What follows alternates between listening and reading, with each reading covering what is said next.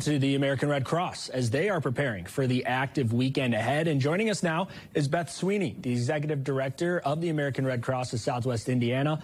Beth, the Red Cross plays a major role in times of dangerous weather or disasters. So how does the American Red Cross help in impactful weather situations? And what are those things that you guys do?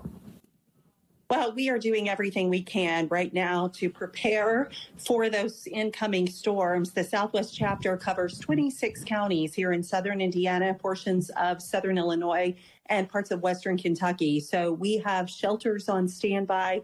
Our disaster volunteers, which make up 90% of our workforce, are on standby, ready to support those shelters, ready to go out and do disaster assessments and help individuals and families do mobile feeding, should that be a need as well. So right now we are pre-positioned with supplies, working with government officials and EMA directors to make sure that we're in constant communication and, waiting for this storm to hit to see where those impacted areas are so we can go to those areas and respond and support. And I know you kind of just touched on it a bit here, and I know you guys are on standby to help folks. But what about those folks with those power outages? What does that potentially look like? Sure. Well, we are in constant communication with all of the utility companies in our counties that we cover, having those conversations with them. If power is out for a significant period of time, we'll have those conversations and talk about what that looks like, what the anticipated outage duration is, and what the needs of individuals and families are. Is a shelter needed? Is feeding needed?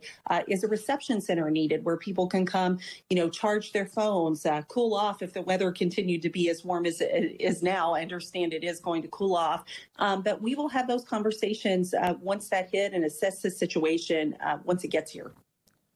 And where can people go to find safety information for not only these types of situations, but all kind of emergencies?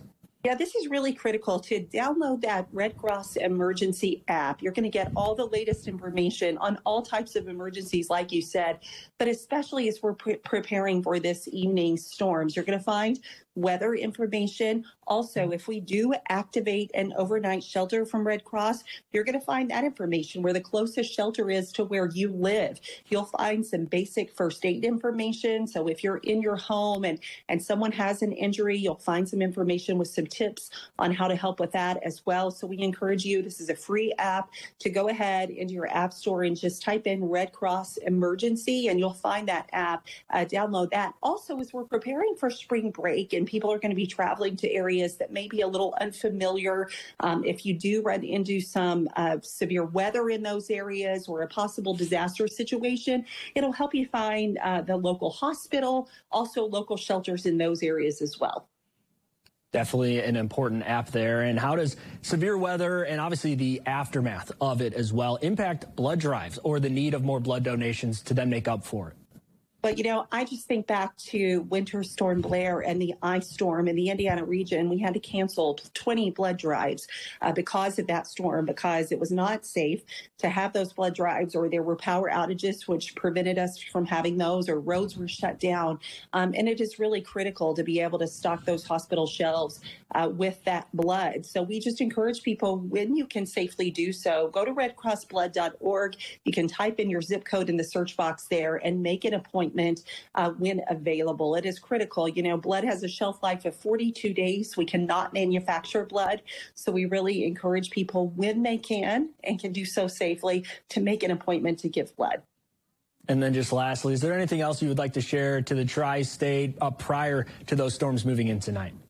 Sure. We want to make sure that you have an emergency plan in place. Make sure that you have a safe place to go. If you don't feel comfortable in your home, look for those emergency shelters that are open now. There are several open in multiple communities that are safe places to go to ride out that storm. If you don't feel comfortable in your home or have a safe place to go, make sure that you're talking to family members. Make sure that you know your neighbors and you have the cell phone numbers of your neighbors, because those are the first people that you're going to be able to talk to and get some help from when these storms happen until emergency responders can get to you. So just making sure that you have that plan. Of course, you have flashlights, you have candles, you have your phones charged, those types of things, and that you have some food and water in your house to be prepared when these storms hit. And please know that community organizations like the Red Cross, of course, our emergency responders and other organizations will be here to help once this storm hits. But we want to make sure everybody,